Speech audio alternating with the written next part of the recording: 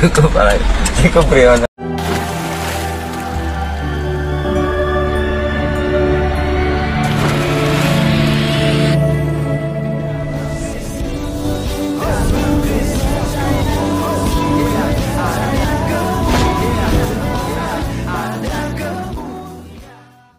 Assalamualaikum bisem Yeshua HaMashiach. Salam damai sejahtera di dalam nama Tuhan Yesus Kristus untuk kita semua.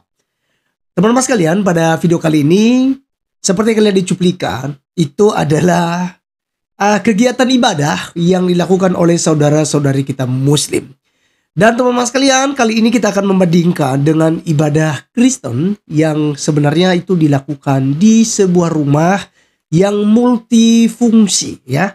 Mereka tidak melakukan ibadah seperti yang kita lihat di cuplikan saudara-saudara kita Muslim. Mereka di tengah jalan sampai mobil harus antrian, mobil harus berhenti gitu ya.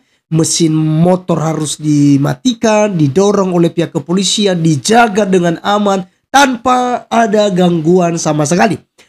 Tetapi teman-teman sekalian, justru ibadah yang tertutup, ibadah yang tentu saja tidak menggunakan toa, ya, tidak menggunakan pengeras suara yang mengganggu, yang mungkin lingkungan dengan radius mungkin 50 meter persegi barangkali, ya, tidak mengganggu, ya, dijamin tidak mengganggu itu, ya. Tetapi justru itulah yang didemo, yang dilakukan tindakan yang barbar, ya. Dan lebih anehnya lagi teman-teman sekalian, ya, ada sekelompok yang buat pernyataan jangan sampai diproses hukum, ya.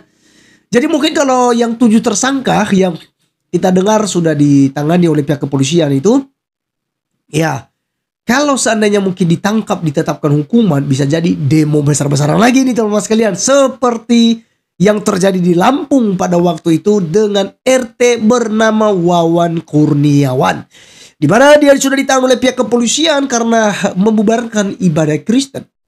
Tetapi Islam demo besar-besaran. Akhirnya apa? Wawan Kurniawan itu dibebaskan tanpa syarat. Nah, saya curiga dengan mereka yang 7 orang yang sudah ditetapkan tersangka ini, guys. Di mana mereka ini dengan informasi itu dilindungi oleh Kementerian Hak Asasi Manusia, ya, kalau nggak salah, ya. Kemudian ada satu lagi tadi, ya. Mereka jabatannya itu, ya, teman-teman sekalian, saya lupa. Di mana mereka ini memberikan jaminan, ya, perlindungan kepada 7 tersangka ini, ya, barangkali supaya tidak dihukum dengan berat dan tidak sampai dipenjarakan, ya. Karena tentu teman-teman sekalian mereka akan cari cara damai saja. Berbeda kalau Kristen yang melakukan, ya, penistaan-penistaan, ya, sekalipun itu tidak separah yang mereka lakukan, kalau sudah sempat dilaporkan ke pihak kepolisian itu gawat. 1 kali 24 jam itu harus ditangkap biasanya, ya. Begitu. Nah, jadi teman-teman sekalian ini sangat menarik. Oleh karena itu kalian bisa membedakan sendiri teman-teman sekalian yang pakai akal sehat. Kalian bisa membedakan mana ajaran yang penuh kasih dan ajaran yang tidak memiliki kasih. Jadi teman-teman sekalian, saya menampilkan kepada kita, silakan tonton sampai selesai. Ada komentar daripada Ferdinand Hutahayan kalau nggak salah, dan juga ada Bang Permandi Arya. Mari teman-teman sekalian, kita simak apa yang mereka sampaikan berikut ini.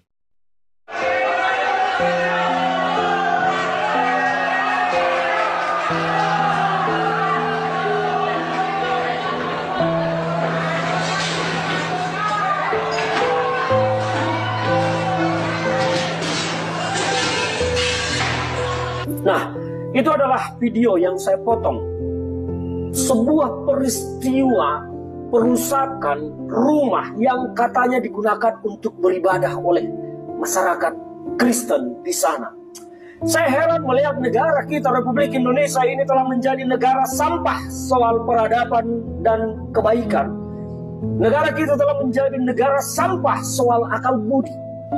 Orang sekarang lebih suka mempertahankan tempat prostitusi, tempat keburukan, kemaksiatan dipertahankan, dan bahkan menikmati rezeki dari sana daripada mempertahankan rumah ibadah yang jelas-jelas mendekatkan manusia kepada Tuhannya. Terlepas itu agama apapun.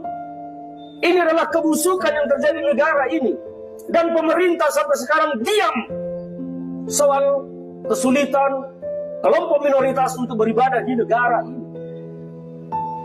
SKB 2 menteri dulu pernah saya gugat terus-menerus untuk dicabut.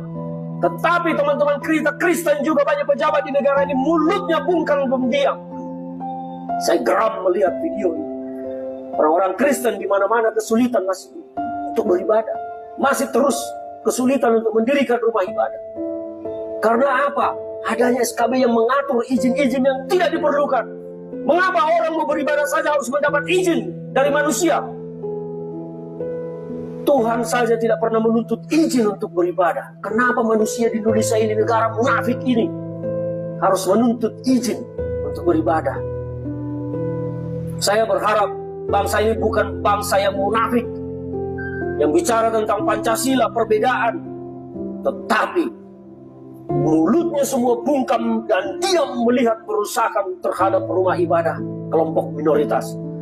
Saya, anak bangsa ini, Ferdinand Hutahayan, mengutuk dan mengecam keras semua peristiwa perusakan tempat-tempat yang digunakan untuk beribadah dimanapun.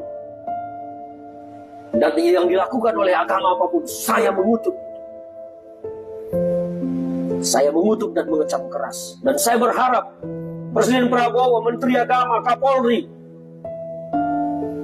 gunakan hati kalian, gunakan nurani kalian. Kalau memang hanya sekedar beribadah di rumah saja orang tidak bisa di negara ini, mari kita bubarkan republik ini. Ini adalah video yang saya potong dari Sukabumi 1.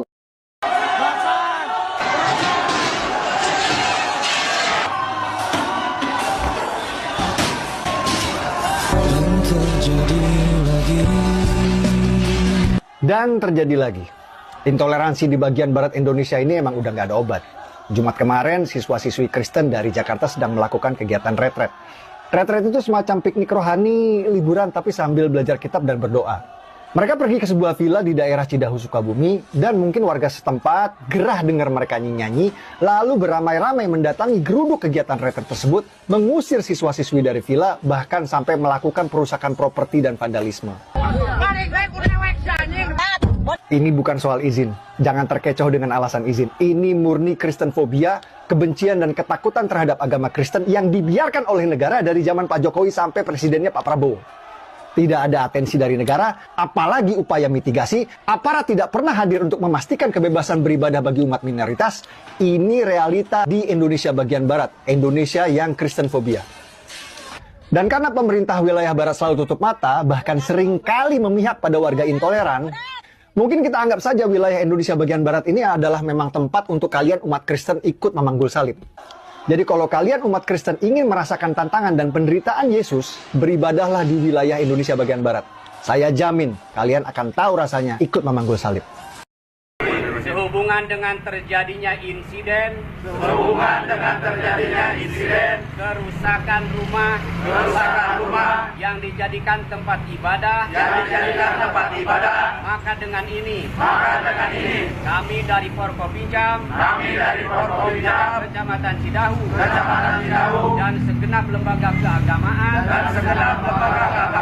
Kecamatan Cidahu serta tokoh masyarakat, tokoh pemuda menyatakan satu, bahwa situasi dan kondisi di wilayah Kecamatan Cidahu kondusif dan siap memelihara dan menjaga stabilitas keamanan di wilayah Kecamatan Cidahu.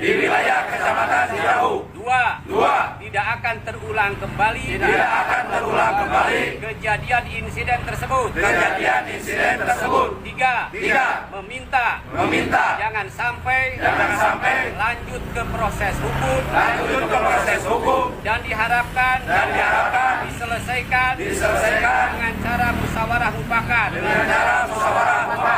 4. Kami siap untuk mengganti kerusakan dan memperbaiki rumah tersebut. 5.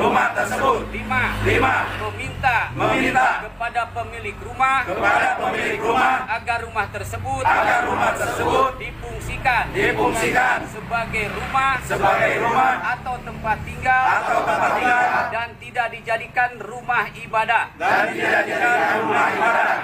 6. Bahwa insiden tersebut bukan pengerusakan tempat ibadah.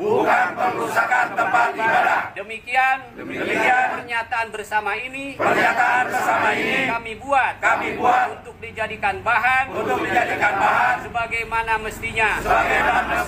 Cidahu 28 Juni 2025 yang menyatakan Forkopimjam, lembaga keagamaan, tokoh masyarakat, tokoh pemuda, Kecamatan Cidahu. Terima kasih. Oke, teman-teman sekalian, inilah yang kita sudah dengarkan bersama dan teman-teman bisa menyimpulkan sendiri seperti apa kejadian ini. Yang jelas bahwa ini bukan masalah izin, tapi ini adalah anti kekristenan, anti ibadah Kristen. Mereka tidak senang ketika ada ibadah yang dilakukan oleh orang-orang Kristen. Karena ini bukan kali pertama, tapi ini berulang-ulang terus terjadi. Mulai dari zaman Pak Presiden Jokowi kita sudah teriakan terkait tentang intoleran ini. Dan sampai di kepresidenan Bapak Prabowo pun tidak bisa diusut tuntas dan tidak bisa diberikan jaminan apakah hukuman kepada mereka yang terus melakukan perusakan-perusakan. Kalau kemudian ada pernyataan sikap dari FKUB, dari apalagi tadi dari tokoh pemuda, tokoh masyarakat dan segala macam tadi itu, saya kira bahwa itu untuk membuat sebuah alibi saja dan pembelaan gitu ya. Tapi jika pemerintah akan usut dengan baik ini, tapi bagaimana pemerintah mau usut baik teman-teman sekalian? Ternyata yang membuat pernyataan sikap tadi saja ada beberapa poin yang mereka bacakan. Itu mereka adalah orang-orang pemerintah. Jadi kamu mau mengadu kepada siapa? Kamu mau menyampaikan kepada siapa? Ya tidak perlu. Cukup Anda berdoa. Serahkan kepada Yang Maha Kuasa, yaitu Tuhan kita Yesus Kristus. Karena Dia tidak buta teman-teman sekalian. Karena memang kekristenan ini sudah harus mengalami hal-hal semacam ini. Jadi tidak heran. Maka yang harus kita lakukan adalah berdoa untuk mereka semua. Supaya apa? Mereka bertobat ya. Teman-teman sekalian, sekian video kali ini. Dan sampai ketemu di video berikutnya. Tuhan Yesus memberkati kita semuanya. Shalom.